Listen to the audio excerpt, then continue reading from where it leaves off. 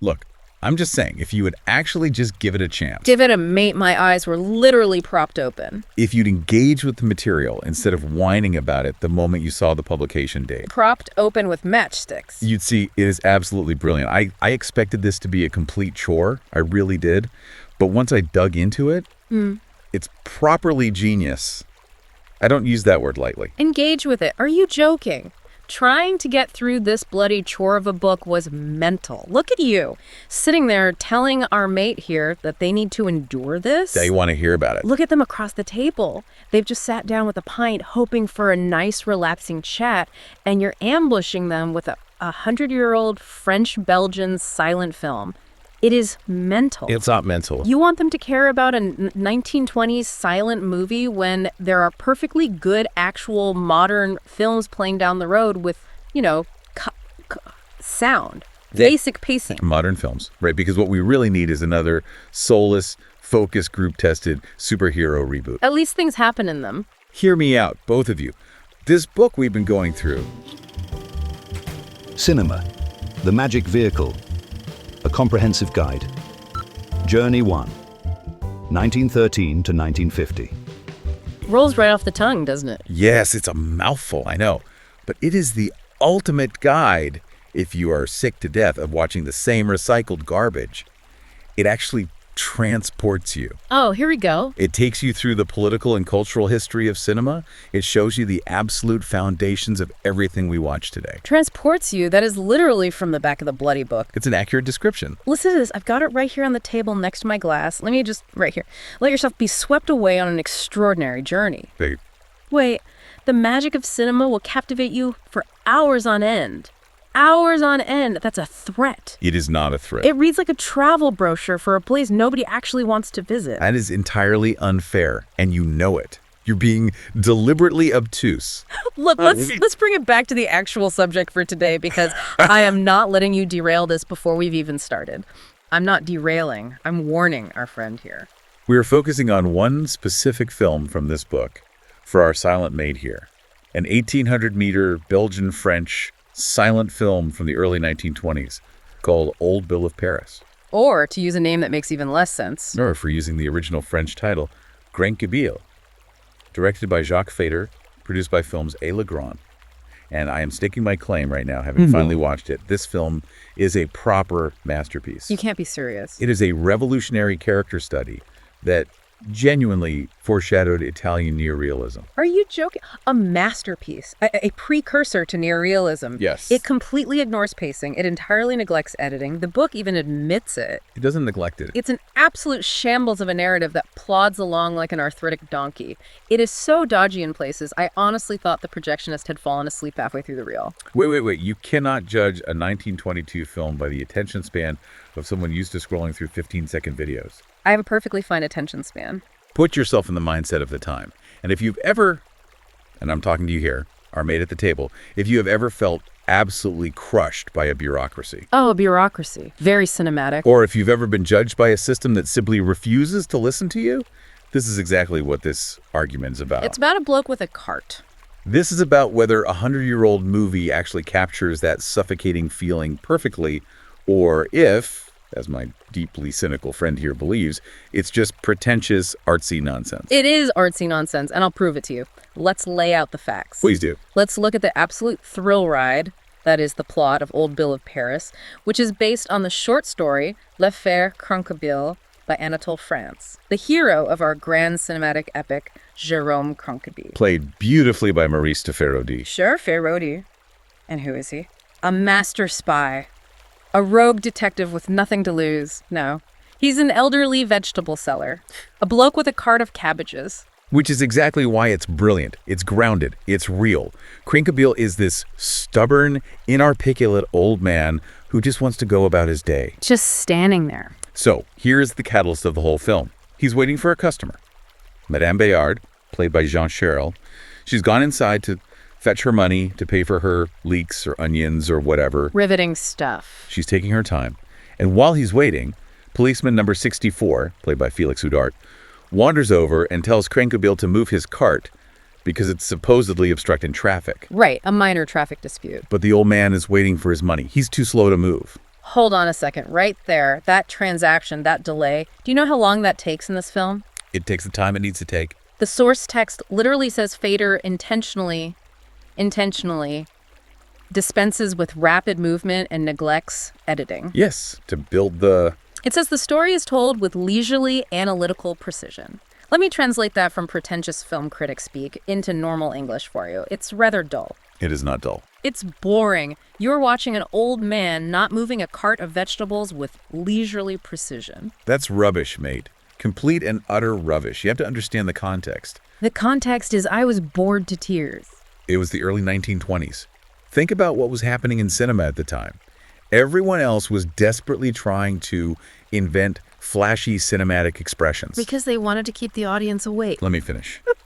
You had the Germans doing expressionism, right? Painting bizarre, jagged shadows on walls and going mad with distorted set design to show inner turmoil. Yeah, that actually sounds good. And you had the French avant-garde trying to invent rapid-fire montage, cutting scenes together at breakneck speed to create visual rhythm. But Feyder? He decided to do none of that. Feyder had the guts to say, no, I'm going to stay faithful to the literary original. He doesn't want to distract you with flashy camera tricks during the setup. Just distract me with vegetables instead. He wants you to sit in the uncomfortable reality of this old man's predicament. That takes guts. It's absolutely brilliant character work. He's forcing you to experience the mundanity of Crainquebille's life, so the disruption feels real. Brilliant character work. It's a man standing next to a cart for ages. Because that is his life. And then, the grand climax of this thrilling sequence, the policeman gets annoyed that the old man isn't moving fast enough, so he accuses Crainquebille of yelling, "Kill the cops" at him. Right. Mort au vache in the original French vernacular. He just makes it up, or misunderstands the old man grumbling and reports the incident. Right. And just to pause here for a second, before anyone listening to us gets the wrong idea, neither of us is sitting here endorsing anti-police slogans or taking a modern political stance on law enforcement today. Oh, definitely not. We are strictly analyzing the film's narrative, okay? This is Feyder's gentle anti-bourgeois satire at play. Right, we're not taking sides. It's an exploration of class and authority in 1920s Paris, straight from Anatole France's source material. We're just looking at the mechanics of the story and how the state interacts with the working poor in this specific fiction. Exactly. I don't care about the politics of it. I care about the fact that it takes half a lifetime to get to the accusation. But fine. The copper accuses him. Yeah. The old man is too stubborn and, frankly, too inarticulate to properly defend himself, and he gets dragged off to court. But imagine that. Just picture it. I want you sitting right there to imagine being completely misunderstood in a high-stakes situation simply because you couldn't find the right words fast enough. I'm rarely short of words, mate. What Crainquebille is, you're tired, you're old, you're just trying to earn a few coins for a cabbage, and suddenly the full weight of the state is coming down on you because a policeman had a bad day. That's rough, sure. And you physically couldn't string a sentence together to explain yourself. It is terrifying. It's a universal nightmare.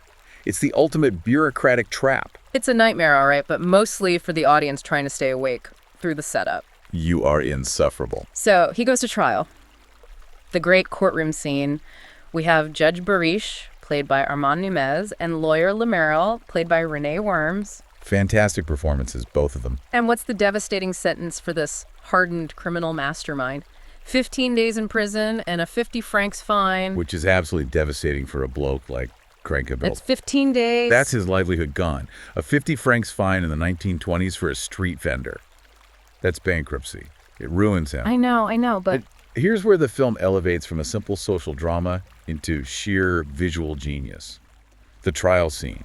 The way Feyder shoots this courtroom is incredible. Here we go. Visual genius. He completely shifts into a subjective narrative to show Crainquebille's instinctive, visceral fear of authority. You mean the part where the film suddenly forgets it's a grounded character study and turns into a bizarre cartoon? It is not a cartoon. It looks mental. Let me explain this properly. Instead of just showing the room exactly as a static camera would capture it, like a photograph Feyder, shows us what the room feels like inside the panicked mind of this old man. Feelings, right. It's subjective to his emotional state. Let me paint the picture for you. The policeman, who is already this hostile, authoritative figure. Number 64. Right. He is suddenly shot from way below, making him tower over the courtroom like Gulliver standing over the tiny Lilliputians. He's depicted as a giant, an unstoppable titan of the state. He looks ridiculous. He looks terrifying. He literally looms over everything. And then contrast that with Dr. Mathieu, played by Charles Musnet.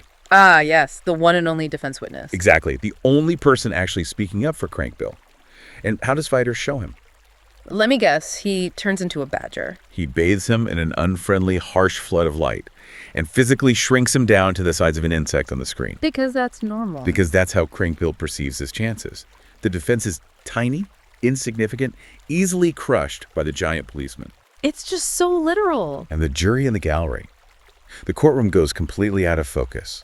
And all Crainquebille sees is a terrifying sea of inquisitive eyeballs staring at him, judging him. Floating eyeballs. It is a brilliant representation of sheer anxiety. You can't be serious. You cannot sit there with a straight face and call that brilliant.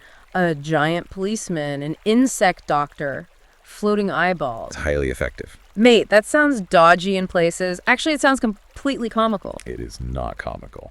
You were praising Feyder 5 minutes ago for his leisurely, analytical precision and staying grounded in the reality of a cabbage cart, and now you're applauding him for turning the courtroom into a bloody funhouse mirror. Wait, hold on. I brought something to illustrate this. Look at this. What's that? It's a picture from my notes. I laid it on the table. It's a magnifying glass. Standard, everyday magnifying glass. This is exactly what Feyder is doing. Showing us a magnifying glass. Think about how a magnifying glass works. When you hold it over something like a pub coaster, it doesn't just show you the object, it distorts it. Right. It hyper-focuses on one tiny detail, amplifying it to massive proportions while completely blurring and minimizing everything else around it. I know how a magnifying glass works. The courtroom in this film acts as a giant, distorted magnifying glass of the state. A magnifying glass. Right. Hear me out. It hyper-focuses on Crainquebille's minor infraction.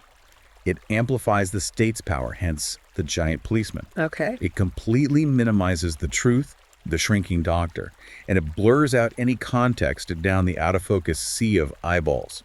It's a perfect visual metaphor for how the justice system operates when it targets the poor. That's very poetic, mate. Really, it is. A lovely little metaphor. Thank you. But it doesn't change the fact that as a viewing experience, it is a tonal disaster. You can't have it both ways. What do you mean? Because outside of this funhouse courtroom, the film is actively trying to be a gritty documentary. Why? The source text specifically highlights the portrayal of Les Halles, the old, bustling, early morning Parisian vegetable market. It says it adds a touch of personal documentary.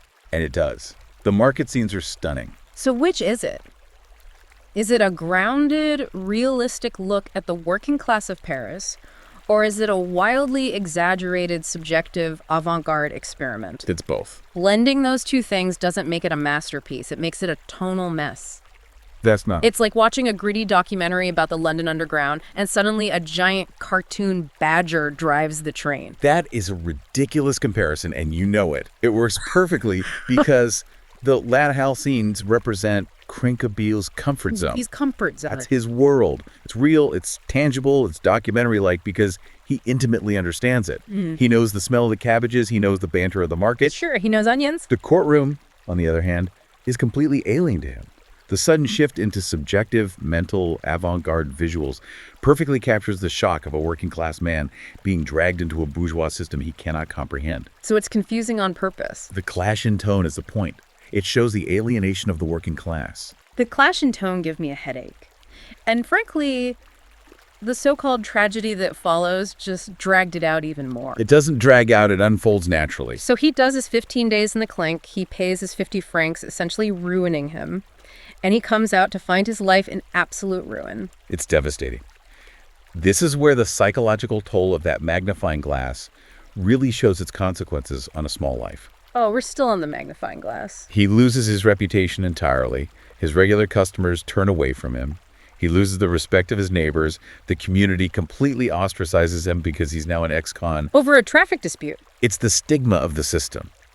In 1920s Paris, a criminal record for a street vendor meant you were untouchable. So what does he do? He turns to drink. Standard. He loses his cart. He ends up as a vagrant, a tramp on the streets, A complete and utter fall from grace over a simple misunderstanding about moving a cart. Yeah, and then we get to the only part of the film I actually thought was half decent. Oh, really? You like something? The dark comedy of the second arrest. Because Crainquebille is so miserable, so cold, so hungry living on the streets, he realizes that prison wasn't actually that bad. That's heartbreaking. At least he had a bed in there. At least he had a meal. Yeah. He actually wants to go back to prison just to get some peace. Exactly. It's a brilliant inversion of expectations. Okay, hear me out. I will concede the specific point that is actually spot on. I knew you'd see sense eventually. Crainquebille deliberately goes up to another copper police sergeant, number 121, played by Emile Roque. And this time, he intentionally, clearly, shouts "kill the cops" right in his face. Morto vache.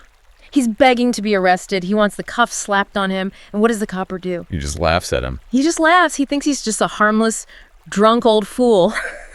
The sheer soullessness and superficiality of the system right there. Yes. They only punish you when it's inconvenient for them, when you actually want the punishment, when you actively need the shelter of the state because you are starving. They couldn't care less. Spot on. The system doesn't care about justice. And it certainly doesn't care about truth. It just cares about paperwork. It only cares about exerting authority when it feels its authority is challenged.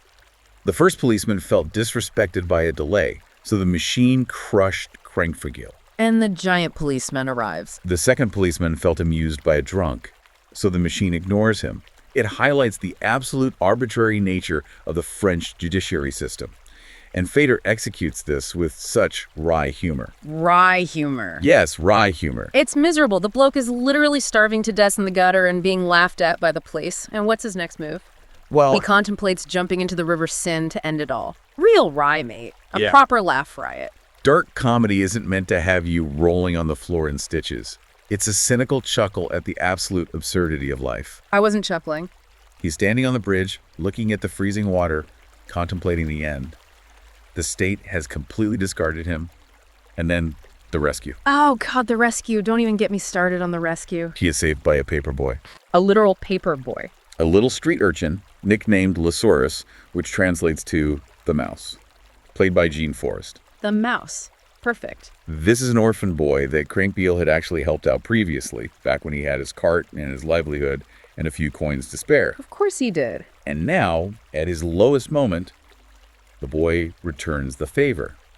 He gives the old man food, shelter, and basically the emotional strength to face life again. It's nauseating. Through the boy's unprompted friendship, Crainquebille finds redemption. And you were just accusing modern films of being unoriginal? Are you joking? It's beautiful. It is the most convenient, sentimental rubbish I had ever seen. A classic orphan saves the day trope. It is not a trope. It is pure schmaltz. You spend the whole argument trying to convince me this is a gritty, realistic takedown of the bourgeois justice system, and how does it end? With humanity. With a plucky little street urchin sharing his crust of bread to warm the old man's heart. It's like something out of a bad Dickens adaptation. Wait. You're missing the point entirely. I'm really not. You are completely misreading the tone. It is not schmaltz. The source text explicitly states that Feyder tells the story without pomposity or excessive realism. Oh, the book says it, so it must be true. It's about human connection surviving outside the bourgeois system. Mm-hmm. The state failed him. The legal system crushed him. Who covered that? The church, the respectable neighbors, the paying customers, the pillars of polite society, they all turned their backs on him. Because he was a convicted criminal. The only genuine humanity left in this world exists in the gutters, between a ruined old tramp and a homeless orphan. That's not sentimental. That is a radical statement about where true morality lies. Oh, please. Radical statement. Yes, radical. It's a cop-out ending to wrap up a depressing story so the audience doesn't walk out of the cinema wanting to throw themselves in the Seine, too. That is incredibly cynical. You can dress it up in all the academic theory you want, but it's still a magic orphan fixing everything. And frankly, this whole confused mix of styles, the documentary market, the funhouse courtroom, the Dickensian ending, is exactly why Feyder ended up being the outcast of the avant-garde. He wasn't an outcast because he was confused. He was an outcast because he refused to conform. He refused to make sense. Look at his legacy. The text notes that his use of subjective narrative, like the giant policeman and the insect doctor, links Old Bill of Paris with the impressionist avant-garde that completely dominated French cinema at the time. Yeah, the ones who were actually good at it. But Feyder never formally joined their little club. Because his pacing was a shambles. No, because he didn't want to be locked into their strict manifestos of how films should be made. The avant-garde movement was very cliquey. They had rules about visual purity. At least they had rules. Because of that independence, even though he was highly respected by his peers, he remained out of the limelight for a long time. He was a pioneer who walked his own path. A pioneer? I reckon he was left out of the limelight because the avant-garde directors were probably falling asleep in his screenings. Oh, very funny. Hey, Jacques, are we going to see another 5 minutes of a vegetable cart not moving? Yes, but with leisurely precision. No wonder they didn't invite him to their parties. You are insufferable. He was a brilliant filmmaker who was incredibly unlucky. His career was plagued by the worst kind of timing. Timing? How so? Look at what happened to him later. In 1928, he makes this film in Germany, Du sollst nicht Ehe verbrechen. Bless you. It's German for Thou shalt not commit adultery. Catchy. An intimate psychological drama based on Émile Zola's novel Thérèse Raquin. A light comedy, then. By all accounts from the book, it was shaping up to be a masterpiece of silent cinema, an incredibly delicate and nuanced piece of work. Right. But what happens? 1928, it gets released right as the first wave of sound films hits. The cacophony of the first wave of sound films, as the book beautifully puts it. Feyder's delicate silent film is completely overwhelmed and ruined by audiences flocking to hear scratchy, terrible-sounding dialogue in other films, just for the sheer novelty of it. He wanted to hear people talk. His art was destroyed by technology. People ignored his psychological depth just to hear some awful crackling audio in a lesser film. Sounds like he backed the wrong horse. Backed the wrong horse. If you're making a silent film when everyone else is figuring out microphones, that's on you, mate. You have to adapt. It was a transitional period. He couldn't have predicted how fast the industry would pivot. Well, someone did. Just like nobody could predict his ultimate legacy. And this is the grand claim, the absolute mic drop from the source text that proves my point. Brace yourself, listener. The book states definitively that nobody could predict that Feyder's style would foreshadow Italian neorealism and the cinema of the 1950s. What? Neorealism, one of the most important cinematic movements of the 20th century. Oh, that is bloody nonsense. It's in the text. That is the most ludicrous claim in this entire book. Foreshadowing neorealism. Are you joking? Do you even know what Italian neorealism is? Yes, I do. It is defined by absolute grit, non-professional actors shooting in the actual bombed-out streets of post-war Italy. Yes. A strict, unflinching adherence to reality. Yes. And you were telling me that a film with giant Gulliver policemen, a doctor who shrinks to the size of a bloody insect, and a funhouse courtroom of out-of-focus giant eyeballs is a precursor to Bicycle Thieves. It's about the focus on the poor. You can't be serious. Yes, I can be serious, because neorealism is also about focusing on the working class. It's about the crushing weight of poverty and arbitrary systems. But without the magic tricks. It's about taking the camera out of this sterile studio and into the real world, like Feyder did with the Les Halles market scenes. He was shooting real vendors, real cabbage carts, capturing the actual breath of the city. You can't cherry-pick the market scenes and completely ignore the giant eyeballs. I'm not ignoring them. You can't claim it's a gritty precursor to neorealism while simultaneously praising its wildly distorted subjective visuals. Pick a lane. It's both. Is it a grounded, uncompromising reality, or is it a surrealist nightmare? It cannot be both. Why not? Why can't a film capture the external gritty reality of poverty and the internal subjective nightmare of oppression at the exact same time? Because it's a mask. That is the human experience. That's what makes it a masterpiece. It makes it a shambles, a disjointed, poorly paced, tonally confused relic that only film snobs pretend to enjoy so they can sound smart in pubs. And you are just a cynic who refuses to engage with anything that challenges your modern sensibilities. I like good film. You want everything spoon-fed to you with fast cuts and loud noises. I want things that are actually good, not a man failing to move a cabbage cart for an hour and a half while I'm supposed to applaud his analytical precision. Look, we are clearly not going to agree on this. We are just going around in circles. We're going around a cabbage cart. I maintain to my dying day that Old Bill of Paris is a cinematic treasure, a vital stepping stone in the history of film and a profoundly moving character study of a man crushed by the state. And I maintain that it is an overhyped relic that belongs in the dustbin of history, right next to this bloody book you forced me to read. Fine. We'll turn it over to you then. Yes, you sitting there, nursing your drink, listening to us argue. Think about it. Think carefully. If you were sitting down to watch a film from 1922, what would you actually want from it? Would you want the flashy, fast-paced, experimental editing of the avant-garde that distracts you from the story? Yes, absolutely. Or would you want this slow, deliberate, analytical precision that takes its time to show a man's life completely unraveling? Who wants to watch a life unravel slowly? Does blending gritty street realism with giant metaphorical policemen work for you as a way to show internal panic, or is it just a tonal mess? I think we all know the answer to that. It's a mess. Shut up for a second, let me finish. I want to leave you with a final lingering thought to mull over on your way home. Make it quick. Think about Crainquebille's moment of absolute tragic irony. The moment he hits rock bottom, shivering on the street, and he actually wants to be arrested just to find the peace and warmth of a prison cell. Best part of the film. But he's laughed at. If a justice system is so entirely arbitrary that prison actually becomes a sanctuary for the poor, right, and getting arrested is based entirely on a policeman's mood rather than the actual law, then who is really a prisoner to whom? Bloody hell. Are we prisoners of the state, or is the state just a prisoner to its own whims, completely detached from the reality of the people it governs? Deep, mate. Real deep. Are you quite finished? Because I need a fresh pint if we're going to discuss the next chapter of this torture device you call a book.